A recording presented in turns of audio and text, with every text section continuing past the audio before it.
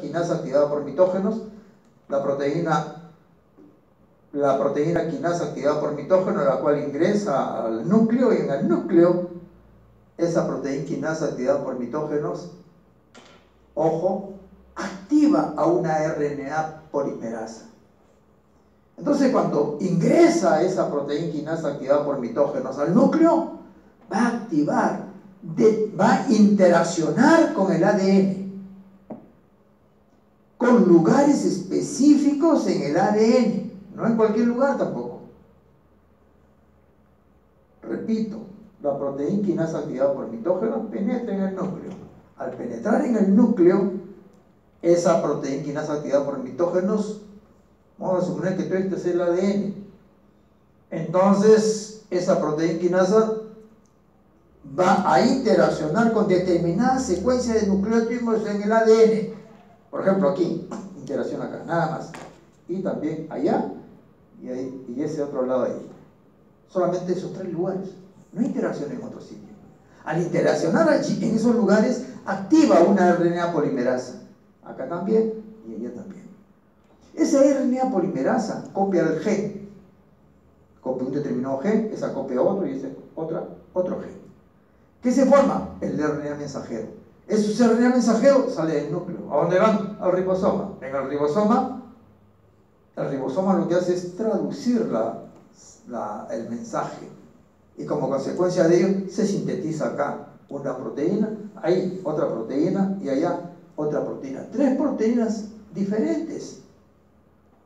Esas proteínas van a ejercer función en esa misma célula, o de lo contrario van a salir de la célula y ejercer una función en otra célula, diferente a la célula en que se ha sintetizado esa proteína.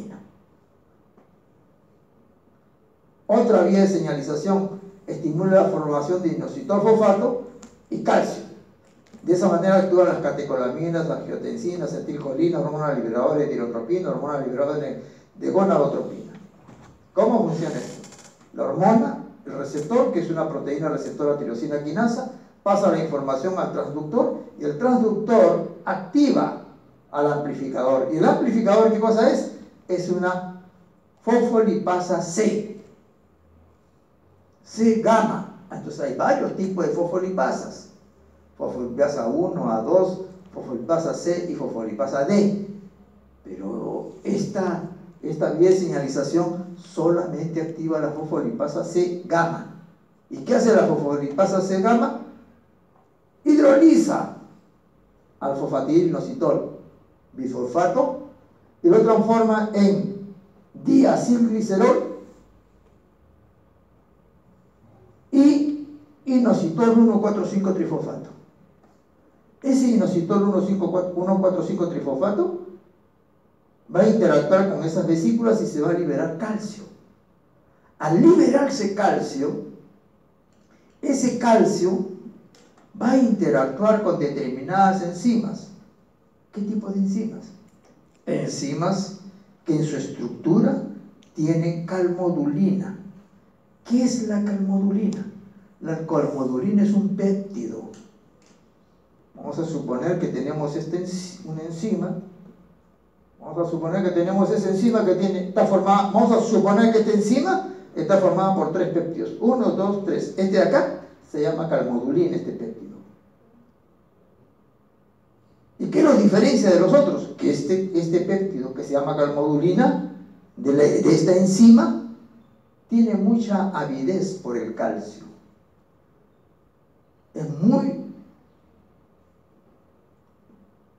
Tiene mucha afinidad por el calcio. Entonces, cuando se libera el calcio, interacciona con esa calmodulina. Por eso se llama calmodulina. Cal viene de calcio y modulina, modulación. Esa calmodulina activa la enzima.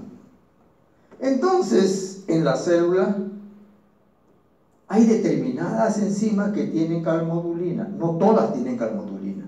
Y solamente aquellas enzimas que tienen calmodulina se van a activar por acción de estos efectores. Y de esa manera se va a realizar el proceso de regulación metabólica en la célula. Aquí tenemos, miren, la insulina.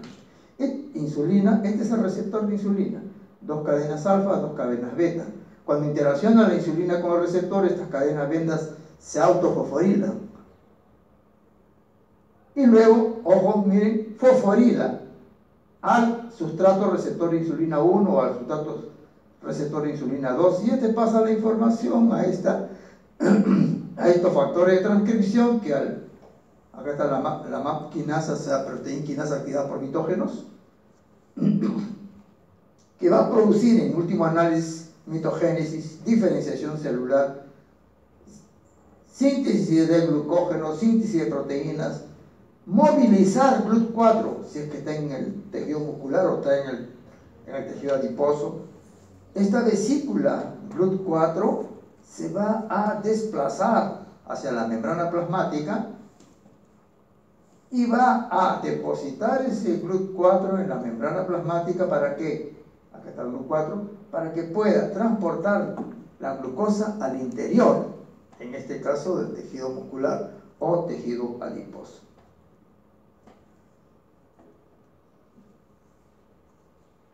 Vamos a hablar sobre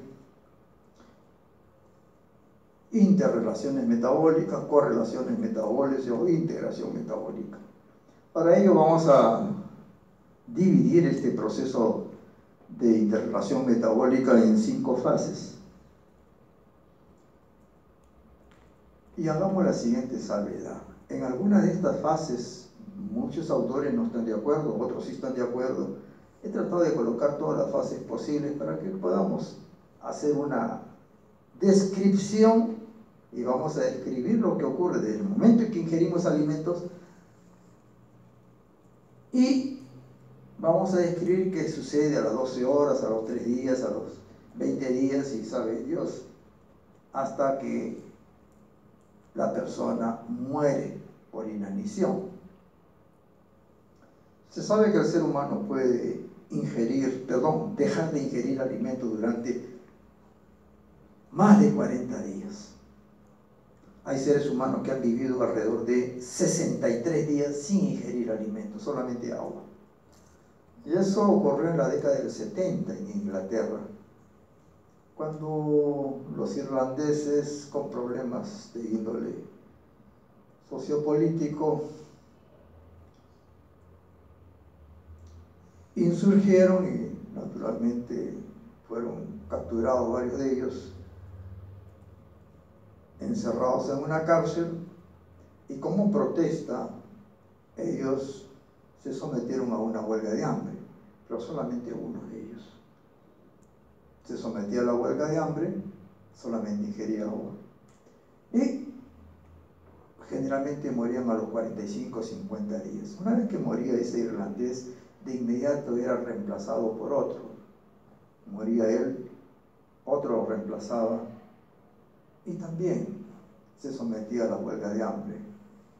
Yo recuerdo que el que más resistió fue uno de ellos, que llegó hasta 63 días sin ingerir alimento. Pero casi todos pasaron de los 40 días sin ingerir alimento y morían, lamentablemente, sinceramente muy lamentable. Bueno, ahí me pude dar cuenta particularmente de que el ser humano podía vivir más de 40 días sin ingerir alimento alguno. Vamos a hacer una breve descripción de lo que está ocurriendo con las personas que no ingieren alimentos durante estas fases. En las fases en las cuales prácticamente casi todos los bioquímicos están de acuerdo es que la fase postprandial comprende entre el momento que se ingiere alimento hasta 3 horas y media o 4 horas después de haber ingerido alimento. La fase posabsortiva más o menos va desde 4 horas hasta 12 horas de ayuno prácticamente. Pero ese periodo, algunos autores lo extienden hasta las 24 horas, otros hasta las 12. Más o menos casi algunos consideran hasta las 12 horas. Ahora, no es exactamente 4 horas, pues.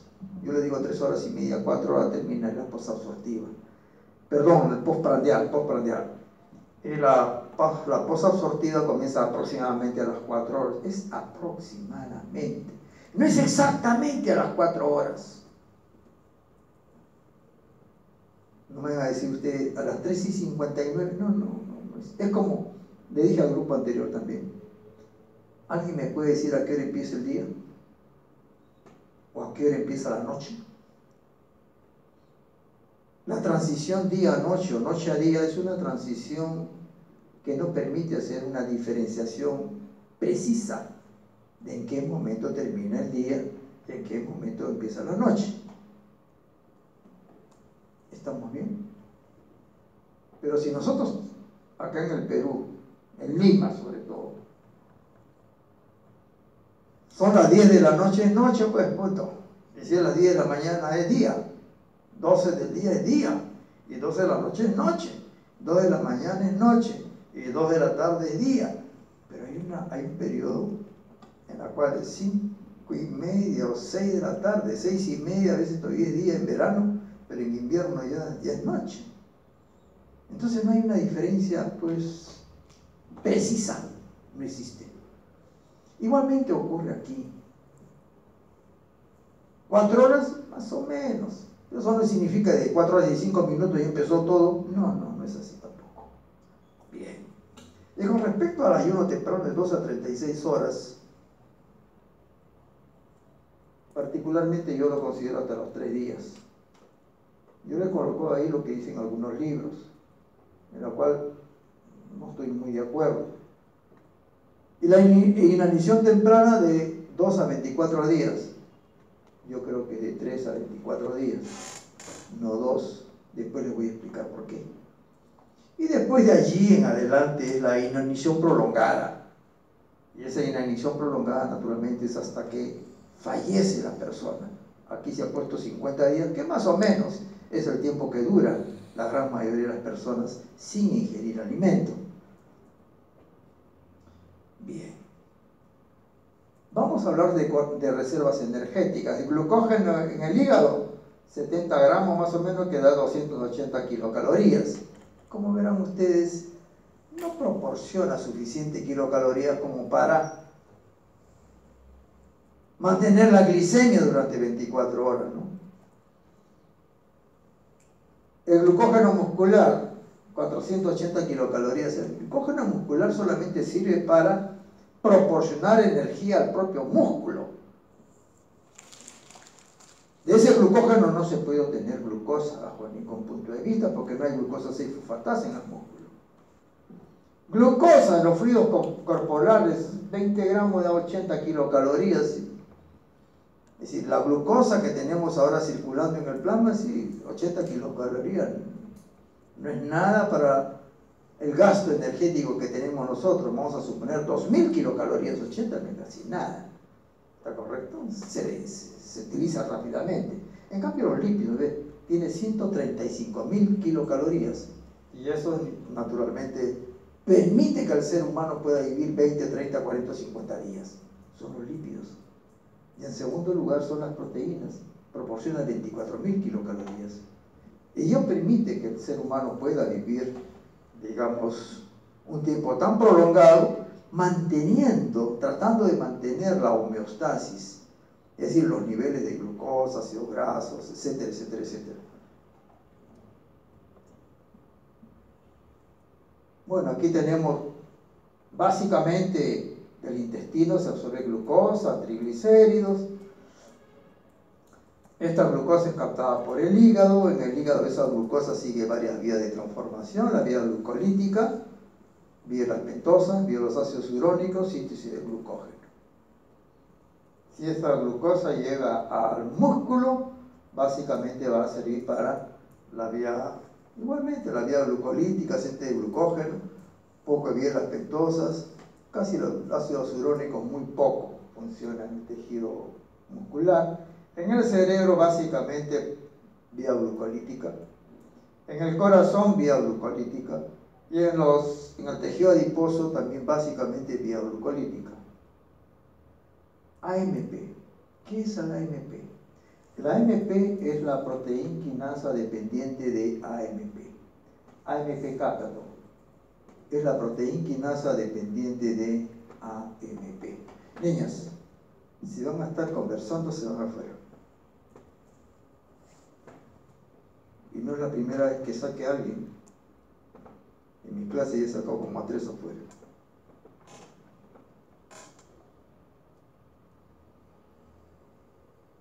Y no me jacto de haber sacado a nadie afuera, porque no me agrada. Pero sí el respeto que debe existir en clase. Si alguien quiere comer, se va afuera a comer. Esto no es el restaurante, por si acaso. Si alguien quiere conversar, se va afuera. Este es salón de clase. Y si tienen algo mucho más importante que la clase, no hay ningún problema, se van y punto. A conversar afuera.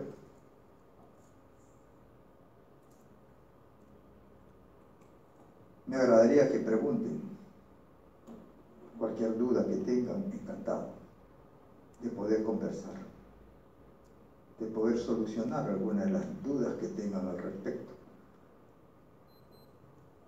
Bien. Esta proteína sinasa dependiente de AMP es una enzima que se ha descrito hace pocos años. No se conocía su existencia. Su existencia sí, pero lo que no se conocía era la función que tenía esta enzima. No piensen ustedes que en bioquímica se conoce todo. Hay muchas cosas por descubrir. No se ha descubierto todo. No crean que todo lo que aparece en los libros es todo lo que se debe saber. No. Es una pequeña parte, así, de lo que se debe saber.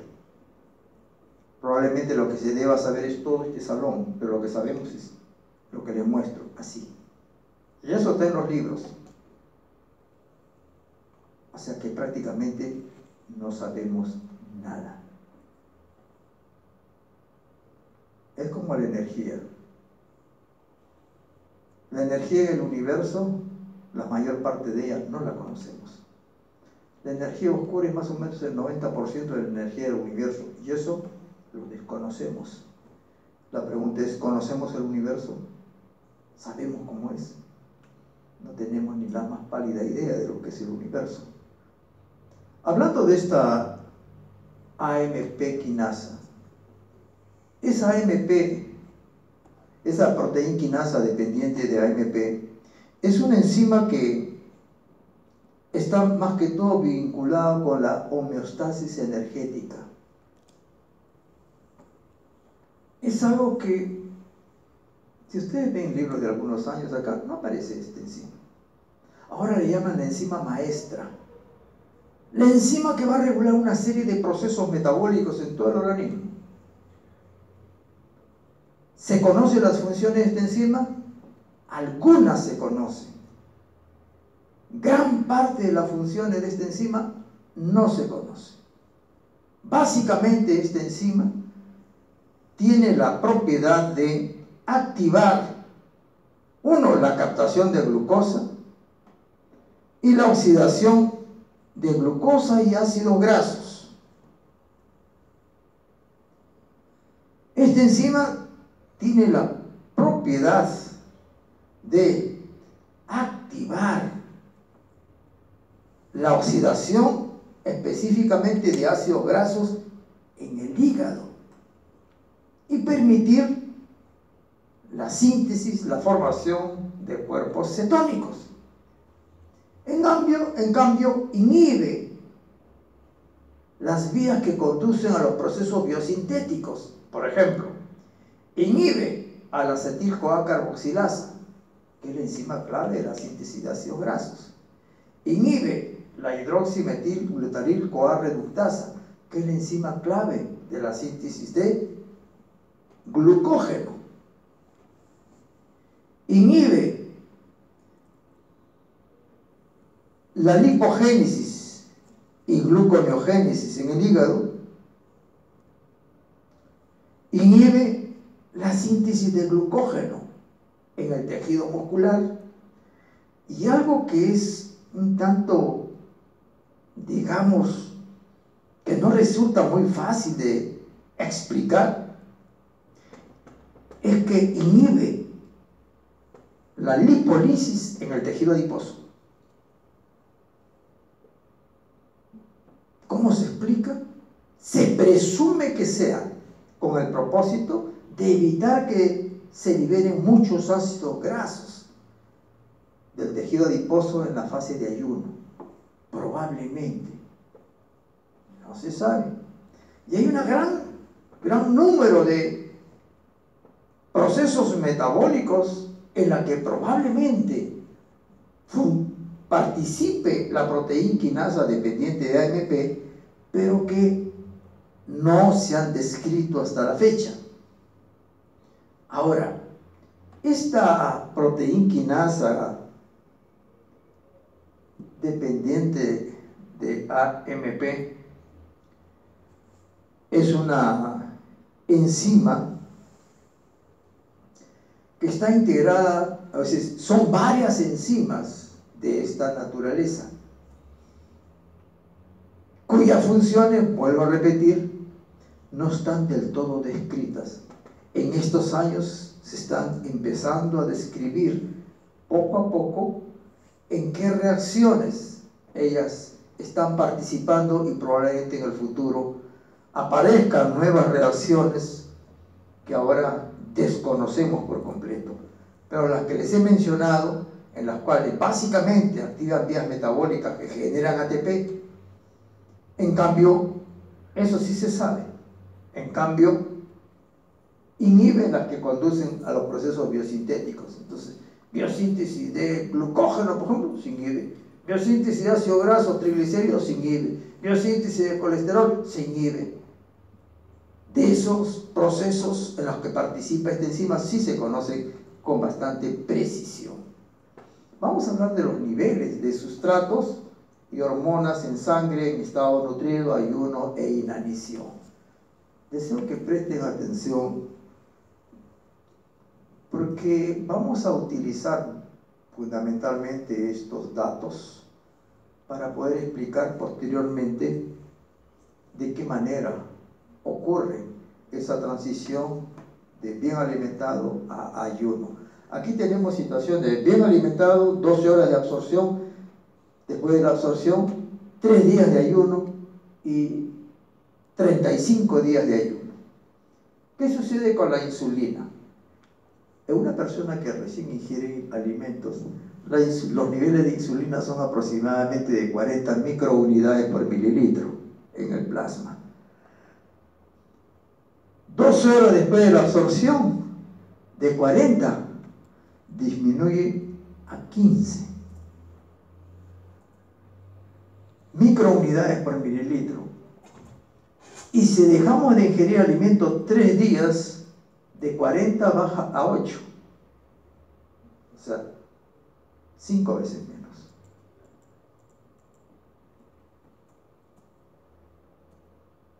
Y después de 35 días, de 40 disminuye hasta 6 microunidades por mililitro. ¿Han visto ustedes que la hormona va disminuyendo su liberación y que ella básicamente depende de la ingesta de nutrientes? En cambio, ¿qué pasa con el glucagón? Expresado como picogramos por mililitro. Bien alimentado, estoy en 80, 12 horas después de la absorción, sube a 100. Y a los 3 días de ayuno prácticamente se duplica el glucagón.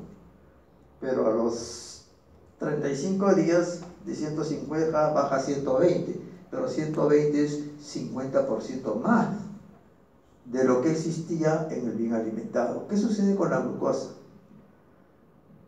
Con la glucosa es 6.1 milimolar. 6.1 milimolar es, espérense un segundo, 181, Es aproximadamente 85 miligramos por decilitro de glucosa en bien alimentado. A 12 horas después pasa a 4.8, que son 74 miligramos. En 3 días de ayuno baja a 3.8, que es menos de 70 miligramos por decilitro de glucosa. O sea, ya estamos en hipoglicemia con 3 días de ayuno. Y eso se acentúa naturalmente con 5 semanas de ayuno. Pero miren ustedes, los niveles de glucosa normalmente es 4.8. Y 35 días de ayuno, de 4.8 baja a 3.6. ¿Han visto ustedes que la glucosa todavía se mantiene con cierto, ligeramente por debajo del nivel normal? Pero el ser humano, con todos los mecanismos que dispone, aún mantiene un nivel de glucosa necesario como para poder brindar energía, principalmente, uno, a los glóbulos rojos que dependen exclusivamente de glucosa, y dos, también brindar energía al cerebro. ¿Qué ocurre con los ácidos grasos? Bien alimentado es 0,14. Colocamos en el caso extremo 35 días de ayuno, 1.4. Los ácidos grasos se incrementaron 10 veces.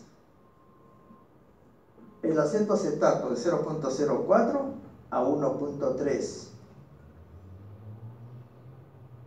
¿Cuántas veces se han incrementado? 30 veces aproximadamente, un poco más de 30 veces. Miren el incremento de cuerpos cetónicos. ¡Ojo! Y el beta-hidroxibutirato, 0.03 milimolar, bien alimentado. Y 35 días de ayuno, 6 milimolar. ¿Cuántas veces se ha incrementado? Se ha incrementado 200 veces. 200 veces. ¿Qué significa?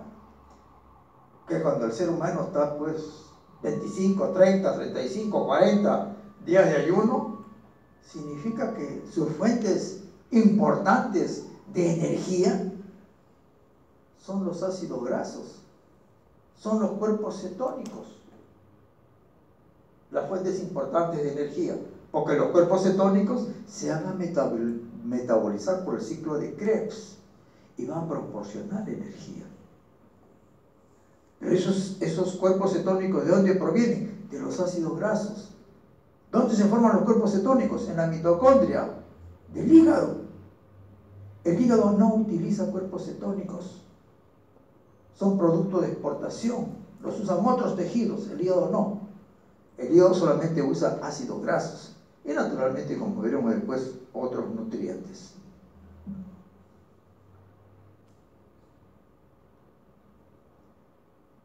Pérdida diaria. Grasa, carbohidratos y proteínas. Esta es una persona que no realiza práctica sedentaria, utiliza 1700 kilocalorías por día, de los cuales 1200 a las 12 horas está proporcionado por la grasa, 200 los carbohidratos y la proteína da 300 kilocalorías. Entonces, a las 12 horas de ayuno, la grasa, ojo, proporciona la mayor cantidad de energía que requiere el ser humano. A los 8 días, mira, la grasa proporciona 1400. Ya prácticamente no existen carbohidratos. Estoy hablando de las reservas energéticas. ¿Estamos bien? Y las proteínas proporcionan 200 kilocalorías. A los 40 días, la grasa, miren, 1350 kilocalorías. Carbohidratos ya no existen. Proteínas, 75 kilocalorías. O sea, que en primer lugar, el ser humano utiliza la reserva energética que son los carbohidratos. Pero esta utilización de nutrientes es, niña, ¿te vas a tomar? Afuera.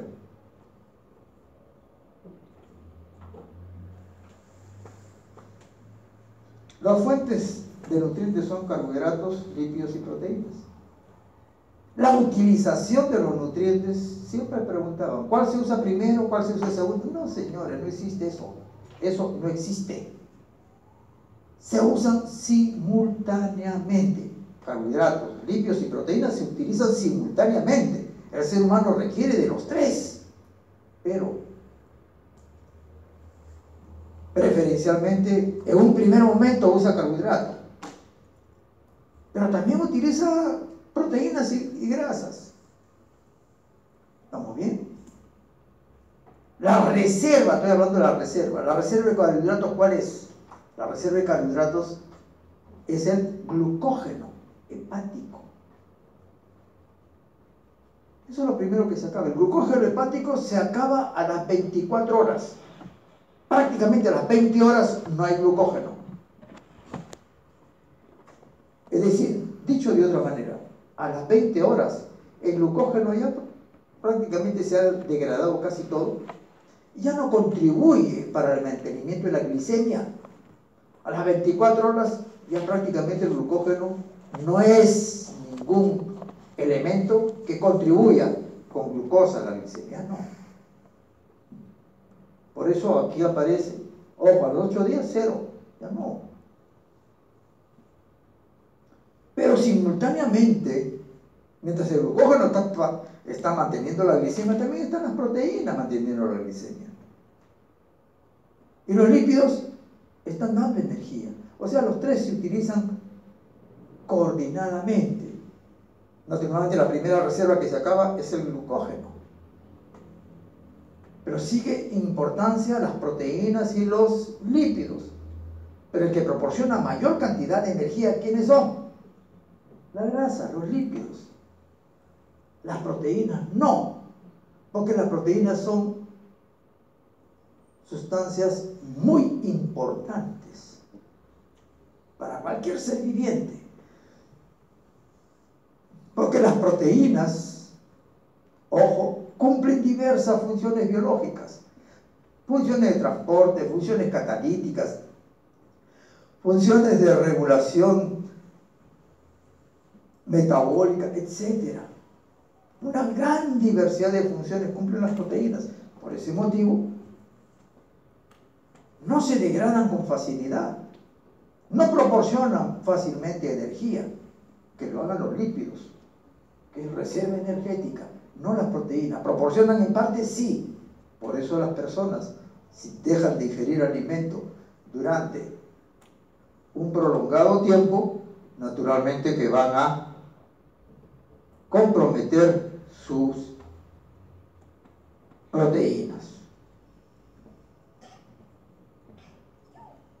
Salud. El ciclo glucosa-lactato, o sea, el ciclo de Cori, ese ciclo no funciona en la fase postprandial, por si acaso. En la fase postprandial no funciona el ciclo de Cori. ¿Qué es el ciclo glucosa-lactato? Asimismo, el ciclo glucosa-alanina tampoco